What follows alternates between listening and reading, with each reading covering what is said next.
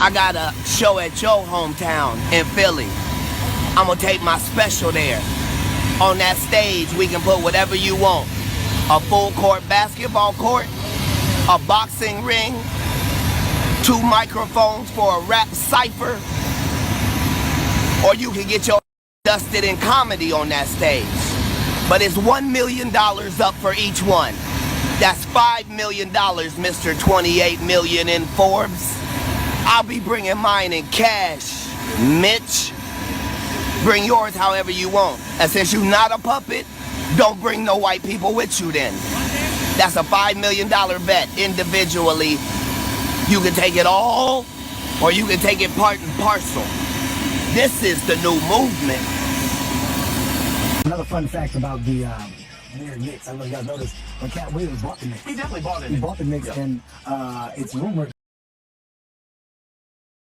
Yeah, you can do that. You didn't know you could do the that. first person ever did. Oh, they gave him a 30-day policy. He bought it for 15 days and returned it. Yeah, so another fun fact about the New York Knicks. He made the team. He played. Passing. 3.9. That's 3.9. He's figuring out how to play basketball from reading all the. That's 2 a day. That's 6 years old. That's 2 a day. He was so voracious. At the age 7, he got accepted into, I think it was. No, that was.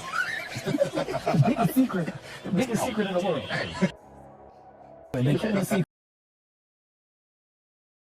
Just dropped on it. Speaking of, it was hitchhiking on the side of the street at 13. They couldn't find it. Speaking of which, Kev, you've had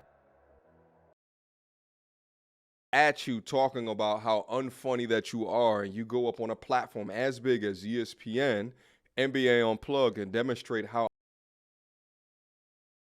none of these jokes are funny. In fact, you just digging a bigger hole for yourself. But this is actually what Katt Williams was talking about. See, Katt Williams had to go on club industry.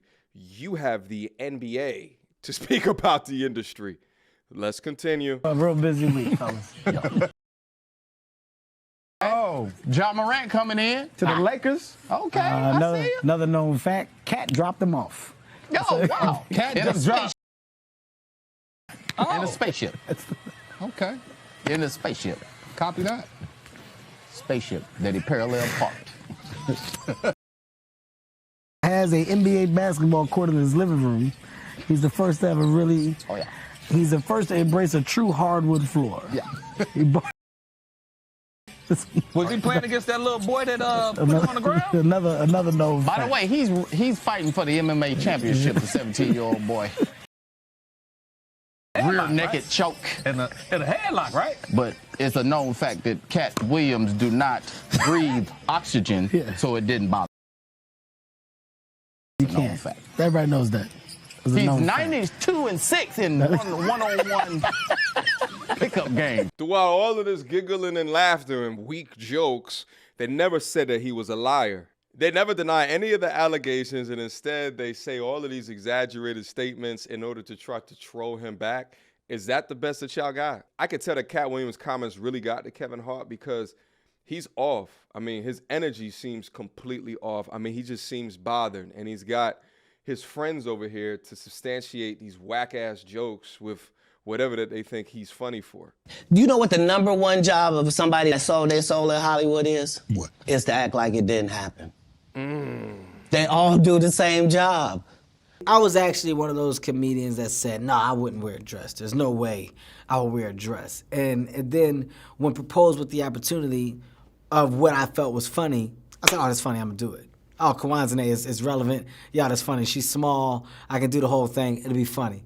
I think now, knowing about the opportunities that can be thrown at you, it's all about choice. You know, nobody makes you do anything. Right. Nobody says this is what you got to do. This is the only way that you're going to do it. Nobody made Martin put on a dress in Big Mama's house. Nobody made Tyler Perry put on the dress as Medea. Nobody made Jamie Foxx put on the dress as Wanda, and nobody made Martin do it as Shanae. You know, it was a choice. Right. And on Saturday Night Live, you know, it was a choice that I made. So I think it's all about your pick of what's funny to you. and what you feel would be funny to others. And I will say that's the knowledge that I now have and understand. But from the outside looking in, you always go, oh, I ain't gonna do it. Ain't no way. Why? Why I gotta do it? I ain't gonna compromise myself. For what? I am who I am. But then you're in a movie, and then it calls for a funny scene. Hey, what if you went in this way? And if it's actually funny, it's funny. Yeah. So at the end of the day, I think funny is funny. And you can't put rules and regulations on funny. You can't. Laugh at My Pain, broke records. Mm-hmm. This one's going on Summit Entertainment. That's like the this studio that does Twilight. This is so big. I know Let Me Explain is going to be even bigger, man. Keep on doing your thing. Thank you, keep man. on laughing. Thank you. Right, appreciate it.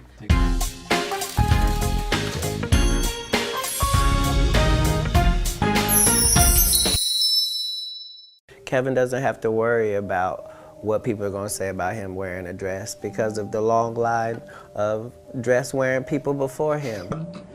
Definitely haven't ran into to put on the dress. I mean, you know, you have to have boundaries. You have to have limits that you refuse to cross. Wow.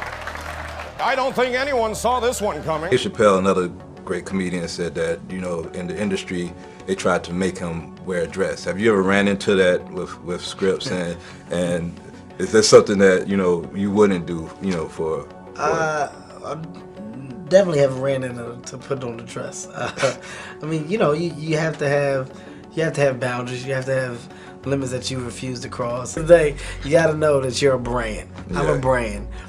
You need to protect your brand at all times. When things happen that can possibly affect your brand, your brand can be diminished, and you don't want that to happen. So Martin tried to put me in my first dress. When he had to go on his hiatus, he tell me, Katt, when I come back, I need you. You my young partner, you my brother in comedy. When I come back, just promise me that my next movie, it'll be me and you. We gonna do it together. We gonna do some buddy cop shit. I said, Martin, you got my motherfucking word, my nigga. Go do what you gotta do. When you come back, I'm in your movie. Don't trip. I don't need to see the script or nothing. You know, we get in that office and this fool pull out Big Mama's House 2. I almost died. And I gotta read this script from all these good white people. Where this nigga want me to get in a dress with him. My frustration with Katt Williams comes from, you keep pointing at Hollywood. Hollywood this, the white man, this, and this. When do you take responsibility for your actions? You had the shot. Katt was in that position at one point. You were the guy. Yeah. You were set up to be the star. You didn't show up to work. You fucked off promo shoots. You fucked off your promo trips that they had set up for you. You became a risk to the studios, which is why the studios stopped with you. Why was he a risk? He chose drugs. Oh, okay. Take responsibility for what you chose and say, you know what, I gotta fix me. Because the people want to know, why would he get blackballed? Yeah, because in 30 years, I've done nothing but collect information, knowledge, and your secrets. So if you and a man was in a corner doing something you wasn't supposed to be doing... You will tell it? No, somebody come to tell me. Okay. I gather that, I value that, I'll pay for that. Come, tell me. I know so many things I shouldn't know, and they all know it. They all know it. Why? Because you don't make me the villain. Not the guy that raises black children and ain't never done a hard drug in his life and don't have no stories of doing nobody dirty. And they'll just go out and they'll lie. The industry doesn't mess with Katt because he didn't show up for the studio. No studios have ever said that. Look at my IMDb. It will show you that no studio has ever lost money with me on the script. How? And what's very interesting about this entire saga is the amount of people that have come out in support of Katt Williams. I came home, I ain't have nothing, bro. Katt Williams called me to his show, and when I was leaving the show, I thought he threw me in the car because it was wrapped up in a towel. But it was $15,000, bro. And bro, when I see him, I'm gonna return the favor, bro. Whatever I got in my pocket, bro. Like, that dude did something for me, bro. That I get emotional talking about it, bro. Like, I really needed it at the time. And I wasn't staying nowhere. I mean, I was staying at a hotel with my kids in downtown New Orleans. I ain't even have nowhere to stay there yet, bro. And years ago, I got a last-minute call to open up for Katt in Philly. He wasn't there yet when I went on. It was one of the best sets of my life, and at that point, I was bummed because he wasn't there to see it. On my way to the dressing room, a dude in a fur coat stepped out of the shadows and said, "Young man, that was absolutely stupendous." He shook my hand, and with a wad of cash, which felt like way more than the show pay I was told, I played it cool and thanked him, but I really needed some money at that point in time. Turned out it was 5 times more. As he walked away, he said, "I'll have you on the road, and that's my word." I got a call that next month and did 160 shows with him over the next 3 years, and it was all love. So what I'm saying is talk that shit, Katt. Now, this comedian, Richie Redding, is a much more small-time comedian. I checked out his Instagram, a couple of thousand followers on it. Looking at how Katt Williams deals with people reminds you it's just not about giving to those that are up, but also about giving to those that are not up as well. You don't do your material around a lot of comedians. That's like stealing in front of the police, you know? They mean well, but they sit on the side. Ooh, that's funny. Next thing you know, you see it on HBO or something. You be sitting at home. That shit mine, you know? When ain't nobody gonna believe, first come, first serve. You know? So when you do new stuff, you never, I'm telling you, for you comics coming up, never bring your stuff out in front of a house full of comedians. You will never work a lot. Especially established comedians like myself, you'll never work a lot. Make sure you keep that. But I want that question to be asked on the couch. They be stealing your shit for real? Yeah. In 15 years in Hollywood, no one in Hollywood has a memory of going to a sold-out Kevin Hart show, there being a line for him ever getting a standing ovation at any comedy club. He already had his deals when he got here. Have we heard of a comedian that came to L.A. and in his first year in L.A. he had his own sitcom on network television and had his own movie called Soul Plane that he was leading? No, we've never heard of that before that person or since that person. What do you think a plant is? Maybe people don't understand the definitions of these words. He just did his documentary with Chris Rock where he shows you that his whole upbringing in comedy was on the East Coast. Yeah, it was. So how simultaneously was he here in Los Angeles doing the same thing? It didn't happen. It didn't happen. And I hate to seem like a petty individual for picking apart lies, but Jussie Smollett gonna keep lying until you say we don't believe you. Like, it's important in the checks and balances of the universe that liars not get to make complete narratives for themselves. Are you not afraid about being blackballed again? These are some power people. What do you mean again? These people are not powerful. Satan can't create anything. That includes blessings for his people. That's why, you know what the #1 job of somebody that sold their soul in Hollywood is? What? Is to act like it didn't happen. They all do the same job. Why do you think Gary Owen can't cross over and he already white and been in comedy for 25 years? If what I say ain't the case. It's a cabal, it's a consortium. They rock with who they rock with and they don't with who they don't. But I'm not scared of being the competition any more than you were when you lined up across from a superior team. Yeah, on paper, they're a better team. Right. They have all the assets and resources and we don't. But let us get on the line, boy, and see if that factors in. I guarantee you it won't. Wow. Because Shannon Sharp got to be a different person than that other person. Absolutely. And he always was. That doesn't change when I change teams. That remains the same. That's how a legacy is built. So all of these shortcut takers, they canceled me for talking about Harvey Weinstein before the thing came out, but he offered to suck my penis in front of all my people at my agency. What?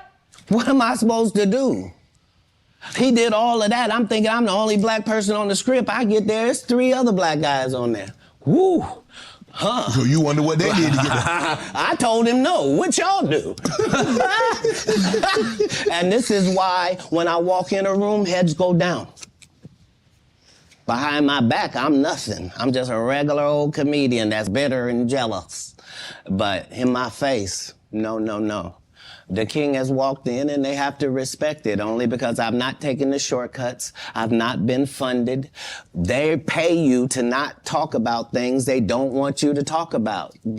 They tell you that themselves. I can't do that because Steve told you that he stopped doing stand-up because he has 7 TV shows. The only problem is when he stopped stand-up, he didn't have those 7 TV shows. He stopped stand-up because he got in a comedy battle called the Championship of Stand-Up Comedy with one Katt Williams in Detroit in front of 10,000 people and lost because Katt Williams said he was actually bald and that was a wig. And I went in, and that's why he couldn't do stand-up anymore.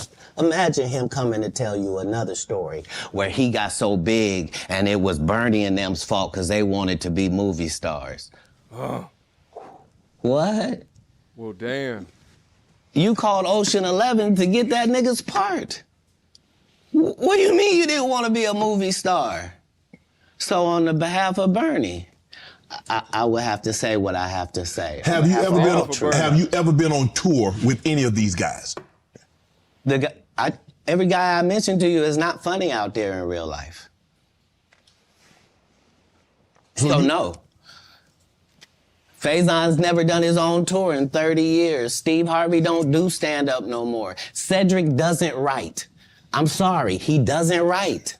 Ricky Smiley has been playing the same old black woman forever. Like, disgusting. You can't get a young fan base with that. Like, you gotta be doing karaoke around the country to make that work. Right. And he is. But I'm a stand-up comedian. This is my 19th 100-city tour. I'm not gonna have a conversation with these lazy bums that'll take a shortcut at any point. Yes, it's easier for you to juice than to get in the gym, but you don't get to bring that body in here talking crazy. Talk about how good you look. What? No, there's too many comics out there that are putting their life on the line to tell these jokes, man. Okay.